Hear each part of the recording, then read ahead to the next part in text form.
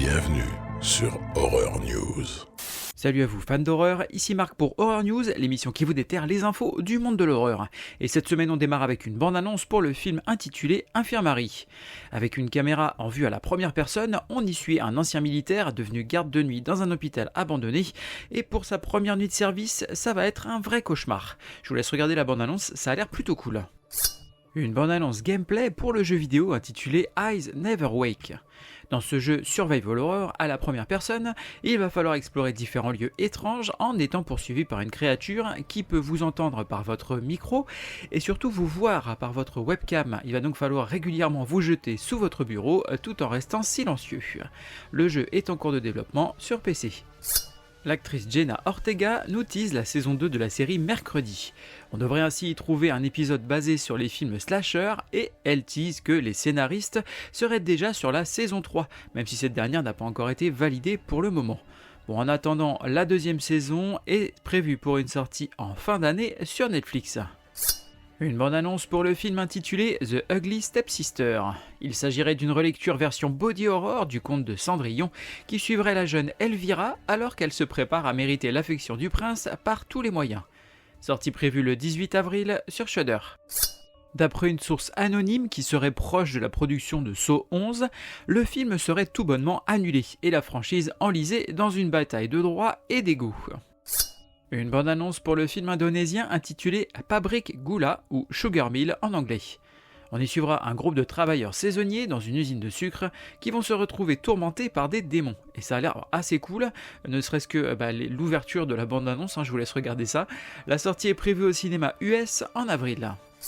Une bande-annonce pour le film intitulé Cryptic. On y suivra Kay, qui, après une étrange rencontre dans les bois, se retrouve sans mémoire.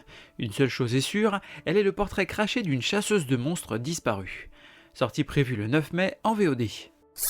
Le réalisateur Darren Aronofsky, notamment connu pour Requiem for a Dream, serait en pourparlers pour réaliser la nouvelle adaptation filmique du roman Cujo de Stephen King pour Netflix.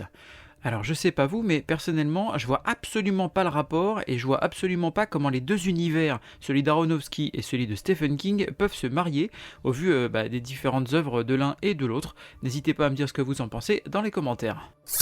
Godzilla semble avoir un planning bien chargé, puisque cette année, du côté de Marvel, il devrait affronter en comics VO, alors tour à tour, les 4 Fantastiques le 26 mars, Hulk le 16 avril, Spider-Man le 30 avril, les X-Men le 14 mai, et il terminera avec les Avengers de l'âge d'or et le dragon géant Fin Fang Foom.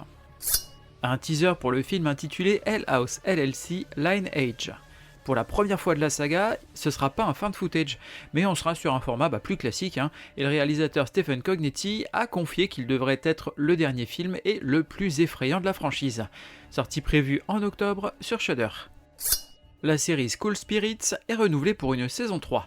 On y suit une lycéenne assassinée tentant d'élucider son meurtre, depuis son statut de fantôme évidemment, tout ça afin de pouvoir enfin trouver la paix et s'en aller. Les 2 premières saisons sont disponibles sur Paramount+. Une bande-annonce pour le film intitulé Rosario avec l'acteur David Dastmalchian, notamment vu dans Late Night with the Devil. On y suivra une femme se rendant dans la maison de sa grand-mère après son décès pour découvrir que cette dernière était impliquée dans des rituels occultes et que sa famille pourrait bien être maudite. Sortie prévue le 2 mai au cinéma US. Une bande-annonce pour le film intitulé Together avec l'acteur Dave Franco, notamment vu dans Day Shift. On y suivra un jeune couple fusionnel emménageant dans une maison à la campagne avant qu'une sombre entité les rende encore plus fusionnels. Sortie prévue le 30 juillet au cinéma. Une bande-annonce pour le film mexicain intitulé Parvulos, Children of the Apocalypse. On y suivra dans un futur dystopique ravagé par une épidémie apocalyptique, 3 jeunes frères vivant dans un chalet isolé en forêt, renfermant un sombre secret dans leur sous-sol. Sortie prévue le 4 avril au cinéma US. On a une bande-annonce pour le film reboot The Toxic Avenger et son super-héros mutant armé de sa serpillière. Sortie prévue le 29 août au cinéma US. Les studios Warner changent leur planning de sortie, déplaçant ainsi le nouveau film de Zach Cregger, qu'on connaît pour Barbare. Donc le film s'appelle Weapons et il passe du 16 janvier 2026 au 8 août de cette année. Donc là pour le coup il a été méchamment avancé. Et dans le même temps malheureusement on va repousser le film The Bride de Maggie Gyllenhaal, donc inspiré de la fiancée de Frankenstein. Donc lui il devait sortir cette année le 26 septembre et il est repoussé au 6 mars 2026. Une bande-annonce pour le film intitulé Dangerous Animals, dans lequel on suivra une surfeuse coincée sur le bateau d'un serial killer qui nourrit les requins avec ses victimes. Sortie prévue le 6 juin au cinéma US. Une bande-annonce pour la saison 2 de la série The Walking Dead Dead City. On y suivra toujours Maggie et Negan à Manhattan, pris dans les luttes de pouvoir de l'île. Sortie prévue le 4 mai sur AMC et AMC+. Une bande-annonce pour la comédie d'horreur intitulée The Death of Snow White. On y suivra donc les proches de Blanche-Neige qui vont mener l'enquête après sa mort afin de se venger. Et donc la sortie est prévue le 18 avril au cinéma US.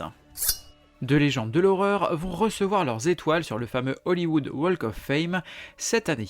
Et on va commencer avec le réalisateur John Carpenter, dont la cérémonie est prévue le 3 avril, et donc en attendant celle de l'acteur Robert Englund un petit peu plus tard dans l'année. Bienvenue. Je vois que vous êtes sortis de vos cercueils pour partager mon festin. Voyons ce qu'il y a au menu. Côté cinéma, on n'a qu'une sortie au cinéma US malheureusement, et ce sera The Woman in the Yard. Donc on y suit une veuve et ses deux enfants qui vont se retrouver assiégés par une mystérieuse femme en noir. Sortie prévue donc le 28 mars, date US. Nope. Côté VOD, DVD et Blu-ray, on va avoir Gator Creek en VOD. Donc là, on va y suivre des touristes crachés en plein bayou et qui vont se faire traquer par une bande d'alligators un petit peu énervés. Ça sort donc le 24 mars. Ensuite, on a Cannibal Mukbang, donc en VOD, dans lequel une influenceuse culinaire cannibale va initier son nouveau petit ami à son régime alimentaire. Et donc ça sort le 25 mars. Et le dernier, donc Shadow of the Wolf, donc là, basiquement, c'est en VOD et c'est un film de loup-garou avec Christophe Lambert. Est-ce que j'ai besoin de rajouter quoi que ce soit? Je ne crois pas. Et ça sort donc le 25 mars en VOD.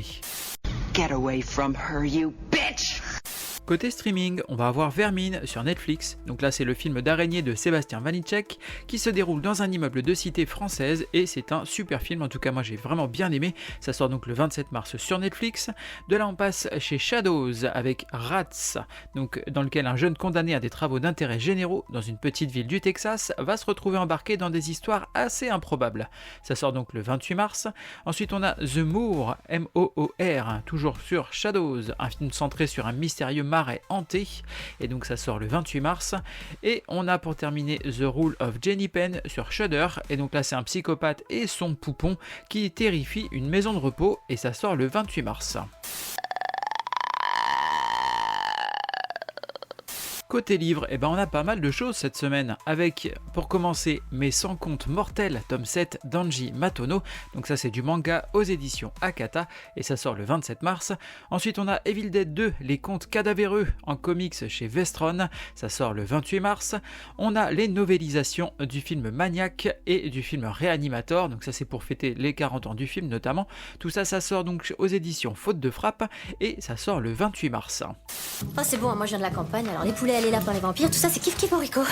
Côté jeux vidéo, on va avoir Karma The Dark World sur PC et PlayStation 5, donc ça c'est du jeu d'horreur psychologique à la première personne et ça sort le 27 mars.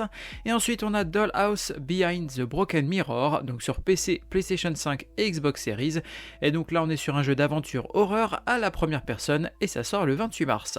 Merci à vous d'avoir suivi cette émission, je vous invite à me suivre sur les différents réseaux sociaux, que ce soit Facebook, Instagram, TikTok ou YouTube. N'hésitez pas à partager le podcast autour de vous et si le cœur vous en dit, à m'envoyer un petit message, je me ferai un plaisir de vous répondre. Il ne me reste plus qu'à vous souhaiter bonne semaine et bon frisson.